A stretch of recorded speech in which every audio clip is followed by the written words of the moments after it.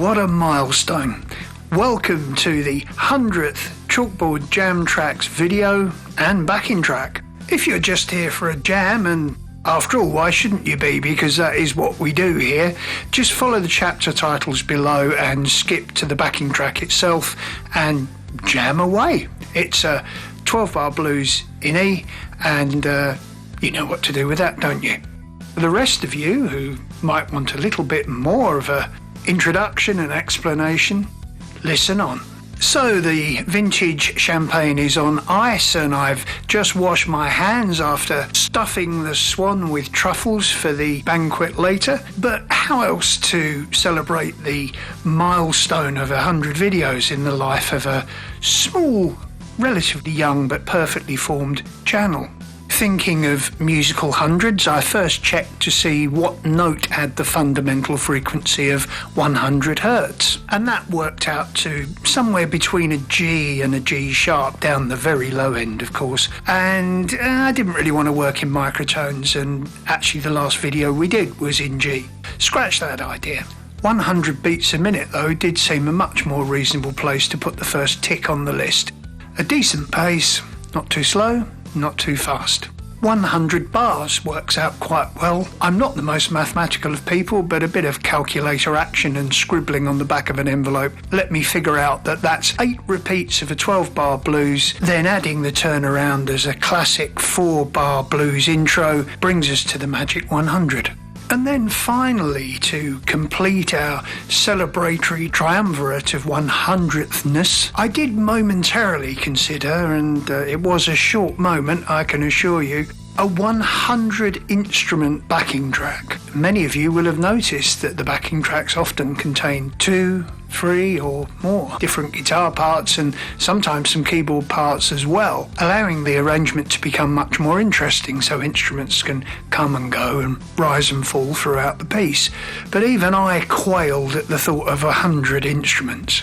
Ego and a deranged sense of humour said yes. Common sense and my poor fingers actually said no. There was, however, a simpler and somewhat more elegant solution. I usually double the guitar parts on these backing tracks because it fills out the stereo picture and feels a bit fuller. So bearing that in mind, I got the calculator out again and fetched another envelope to scribble on. And it turns out that after a lot of head scratching and re-entering numbers and figures, I only needed 8 guitar parts, but each one doubled, plus the 4 strings of a bass to bring me up to the magic 100, as long as I'm counting strings. So 100 strings it is, 100 beats a minute, 100 bars, 100 strings. Make sure you listen all the way to the end, and there you'll find I've done a breakdown of all the individual parts in isolation so you can hear exactly what's going on. In the meantime, here comes 1 drum set, 1 bass guitar, 1 organ, 1 piano, and 16 guitars. And it's coming up after this.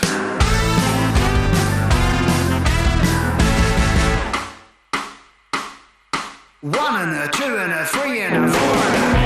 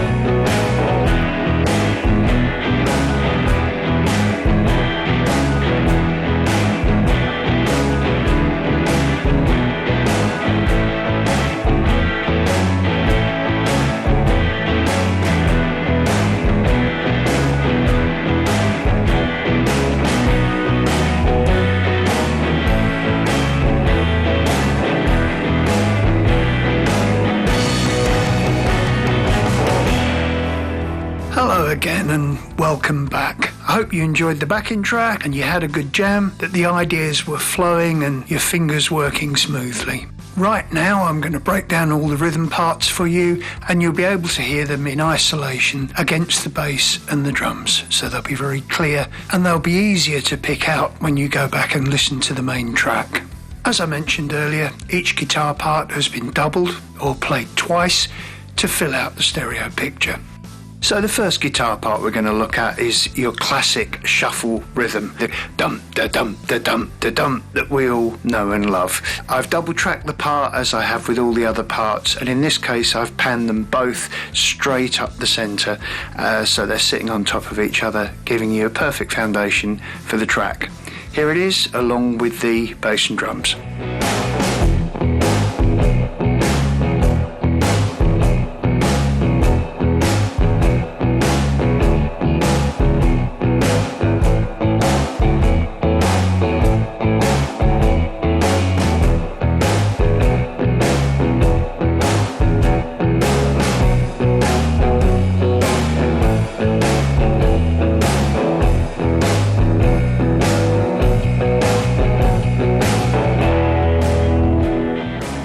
The second guitar part is dead simple. I've just copied the bass line using a slightly crunchy guitar part with a little bit of slapback echo on it. Again, I've double tracked it, and this time I've just panned it ever so slightly left and right of centre. You can hear it right here.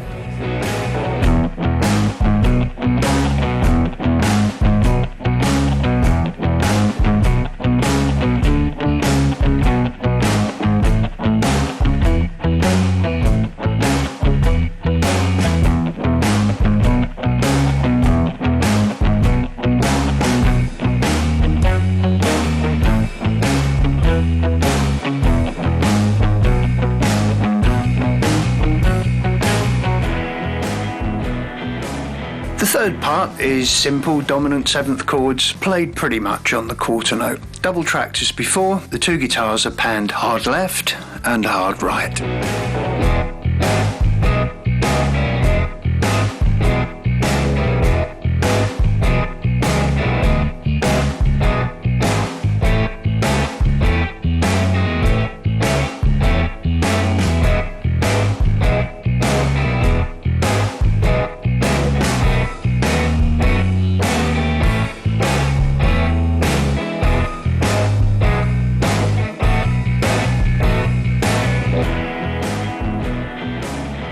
The fourth guitar part is a simple slide part in open G, panned hard left and hard right, not quite in unison. The slides are moving in and out of the chord forms at slightly different times, giving it a more fluid approach. They sound like this.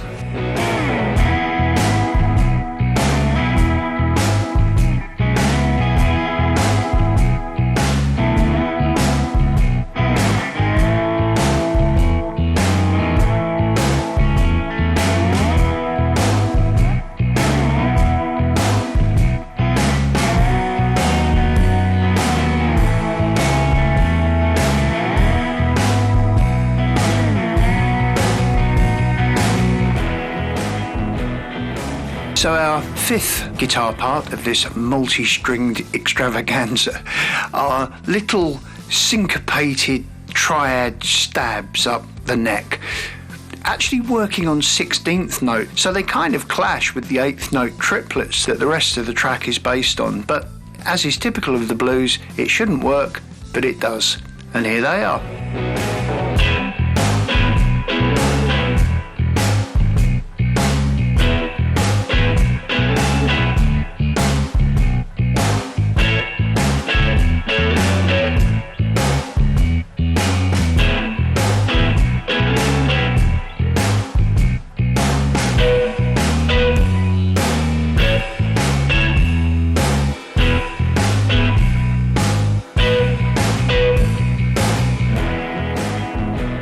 Well, guitar part number 6 is very much a Texas blues Stevie Ray influence kind of riff, all in the first position, dominant chords, abrasive, gnarly, gritty tone, in your speakers hard left and hard right, and here it is.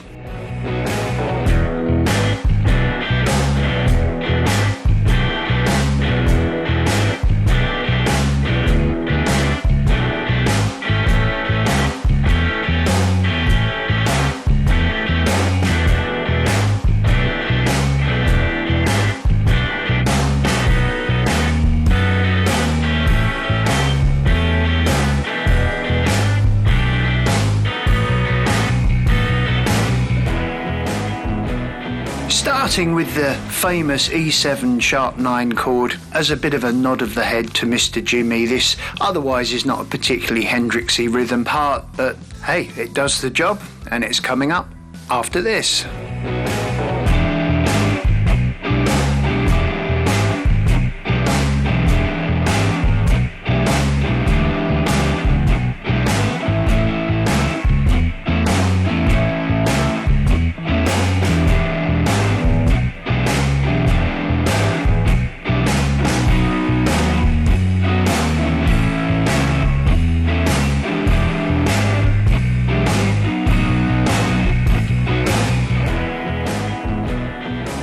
A bit of country blues telecastering with perhaps a bit of a wave towards Scotty Moore here. Two twangy guitars panned hard left and hard right, bringing our 100-string collection to conclusion. And you can hear it right here and now.